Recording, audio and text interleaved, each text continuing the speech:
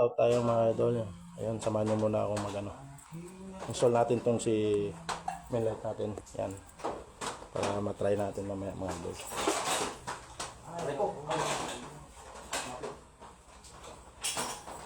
Aking nadarama kalungkutan sa buhay ko na ika'y makasama ka. Pagdulot ka ng pag-asa, tanging ikaw ang ligaya. Nagpakailan ka man, mahal ko. Eh, paano pag dumating si Dayan, halimbawa, nag-gaya ng ano, ng picnic. Oh. Yung tayo. Tapos si Mar, nilayo, ganun, ang balak. Hindi ang Tapos lalo si sila magkakasundo ni ano. Ayun ang mayroon ng gano'n. May kasama kong abnormal, tapos silang malit. May balbal na rin yun pag nag-inom. Ay, baka mag-gaya kasi dahil ng picnic, yung gano'n din. Hindi, siyempre, kausapin mo na sila. Wala kayo kausapin mo. Eh, kahit anong kausap mo, kung gano'n na nga yung pinakaugalit talaga nila, hindi na mababago yun. Sabagay. Hindi na mababago yun. Hindi, kahit isang araw lang ka mo, siyempre kausapin mo. Kahit kami sa isang araw. Ano ba, birthday nga ni Mama noon eh. Punta kami sa may RRS. Sinama ni Dayan yung boyfriend niya. Ano, bali na lang si Mama, nag-inom eh. Bali. Kaya ayaw namin sa kami na yun. Diba kami, hindi naman nag-iinom ng i-chill lang yun. Pag-saw-saw yun din yun. Kasi mayroon nga yung, mayroon ng kasama yung mga yun. Yung sauna, tulog lang kayo lang. Nakakaya sa mga kasama ko na iba.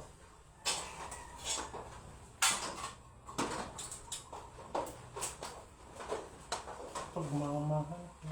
Madali na lang ako sa akin. Kasi huwag na pala kayo sa mama. Pero siyempre ako rin na kasama mo.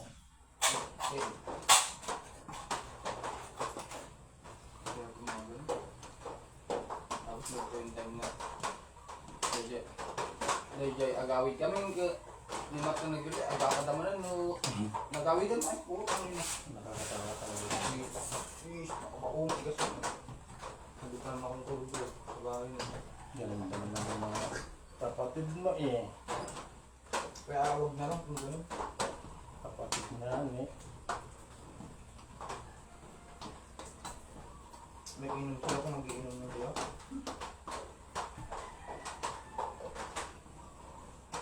Kung mag-iinom sila, may init pala sila ng ulo. Huwag na lang. Sabihin ko na lang kayo dahil bigyan mo na lang ng ang grocery yung mga kapatid natin may mga pamilya na. Diba? Hindi, aray ko out. Ha? Aray ko out, lahat kami bibigyan niya. Siyempre, lahat kami may pamilya, ikaw pa lang ang wala. Ano?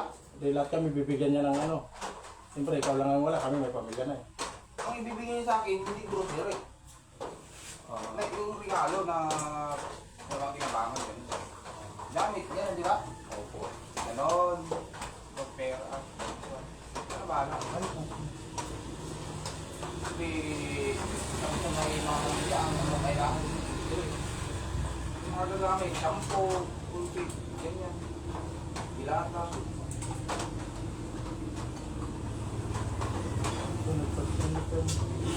Kesa naman yung parang ano yun, parang pinaka-alaala na yun, yung mga magandang bibigyan yun, yung pera din, parang wala kang mga gamit na maalaala mo kaya.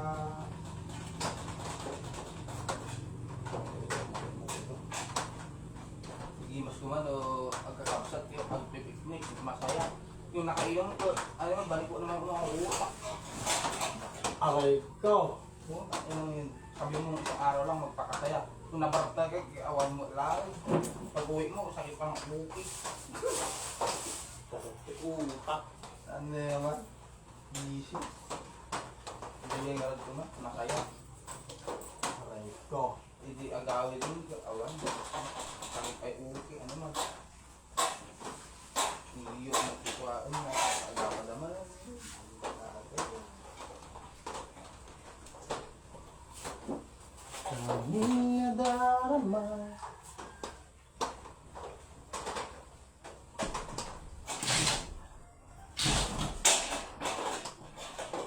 kalungkutan sa buhay ko. Naisip ko na kasama ka, dulot ka ng pag-asa. Lalo pag uwi din doon sa kabila. Lamar, kung ano, ang dami susubig doon. Lamar, ang ingay niya, ang liit ng lupa. Siyempre, ang pahinga, no? Dapat yung pahinga niyo lang muna. Anak ko! Kumakakita anak ko! Kailan pa man tayong Simar pa naman yung kagalitan mo yung magsalita. Sino? Simar. Ang ingay pa naman nila yung dapat yung kahimik na magsalita na isigasan nila. Yung parang may ano ba Yung yun? kagarin.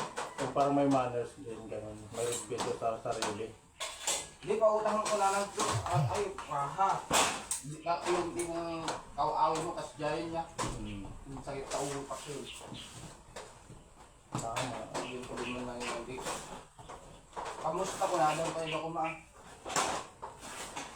Ay, bumuti utang.